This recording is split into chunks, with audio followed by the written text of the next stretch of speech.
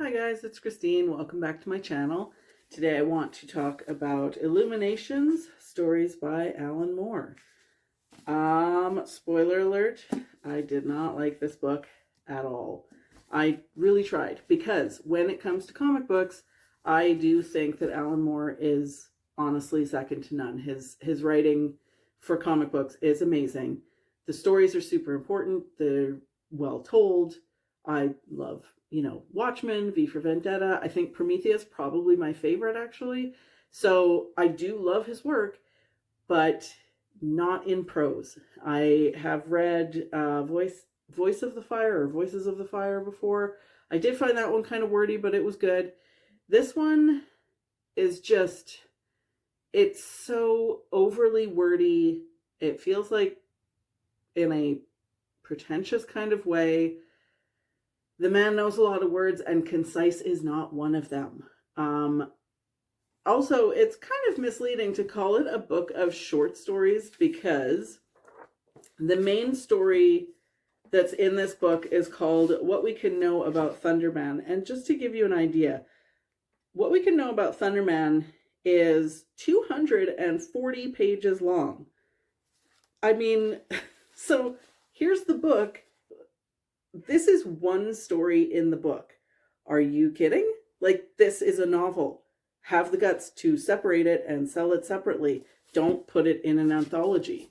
Like, to me, I mean, I know it's kind of nitpicky, but that just feels like false advertising.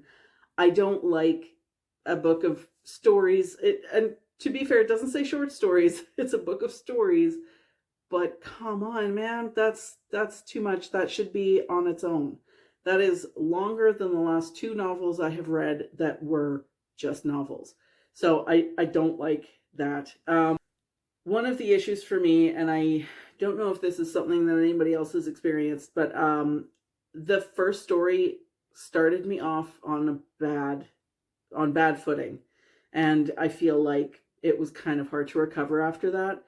It takes place, I'm not really sure when, it's like a fantasy setting.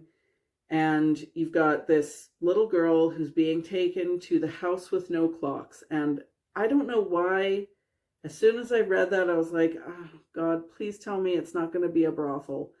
Oh, look, it's a brothel. Okay, cool. And she is going to be trained to be the whore for the sorcerers. Cool. Awesome. Can't get enough of men writing women.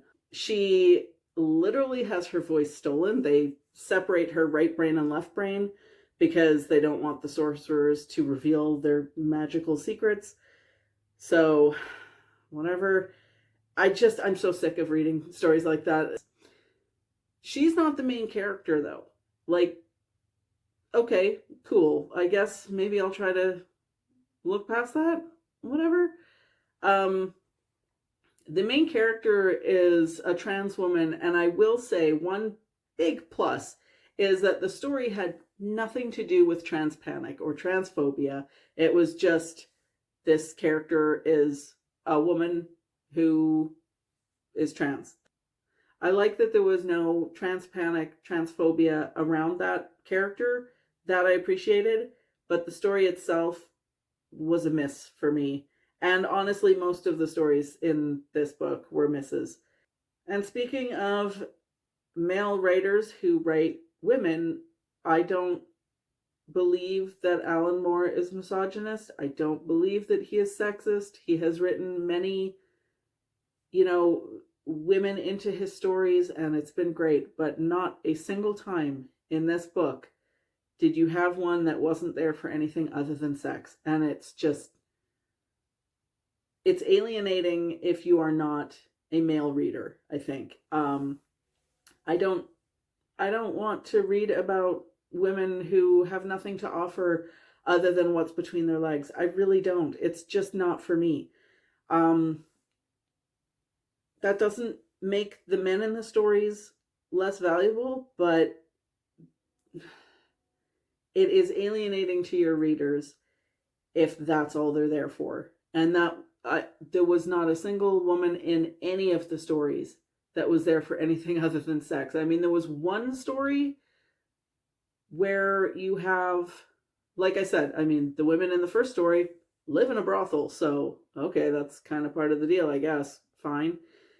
There's one where there's the last woman left on Earth, and that's a cool idea. And oh no, she's just there to have sex with the other last guy on Earth, who turns out to be Jesus.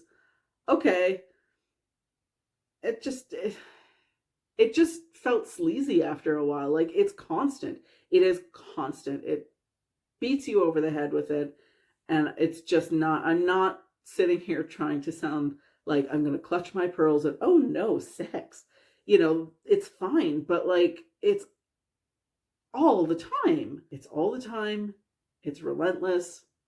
Especially in some of the stories, it is relentless, and it's just not my thing. I'm sorry. The main story in Illuminations is what we can know about Thunderman, which is a very thinly veiled retelling of Alan Moore's time in the comics industry. And you've got various characters, and they're all real people in the industry who have been given aliases. And it's a good story. I enjoyed it. Well, it is a good story. It's interesting to hear somebody within the comics industry do such a brutal takedown of the comics industry, people who consume comics as adults. The idea that there's like this addiction to very shallow fantasy. Alan Moore is not afraid to air the dirty laundry when it comes to comic books in general. And if you find yourself thinking, are they seriously making another Marvel movie? Then this is a good read. But again, it just was way too wordy, way too, it felt self-congratulatory. I just didn't, I don't think there were any stories in this book that I really enjoyed. There's a ghost story that was kind of enjoyable, but I mean, I saw the ending coming from like page 2. It's not anything groundbreaking. It was fine, but it just wasn't for me. I do think that this book is going to have an audience. I don't think I'm the audience for it. Like I said, I really enjoy Alan Moore's writing when it comes to comic books. I think he's got great ideas. I think he's got great stories to tell. But prose is not his forte, to me. I know a lot of people would disagree with me. I'm sure there are Alan Moore fans out there who would probably want my head on a plate for suggesting that he might not be the greatest writer of novels. And I think this is going to be my last. I think I'm breaking up with Alan Moore. I don't think I'm going to read any more of his books, because the first one that I read, it was good, but a little wordy. This one just was it felt like a slog. It really felt like a slog to get through. I am so happy I'm done with it. I don't think I'll be reading any more Alan Moore, unfortunately. But if you like Alan Moore's other works, I mean, by all means, give it a shot. And I would recommend checking it out just for what we can know about Thunderman. I think that it's not worth the price of admission, but it is interesting to read it. So just go in knowing that it is 240 pages on its own. It's not a short story. It doesn't belong in a book of short stories. But if you're going to read it, go check it out. So unfortunately, this wasn't a great reading. It wasn't a great reading week for me. Also, this cover sucks. There is such a better cover out there. It is this one. Look at that. That's so cool.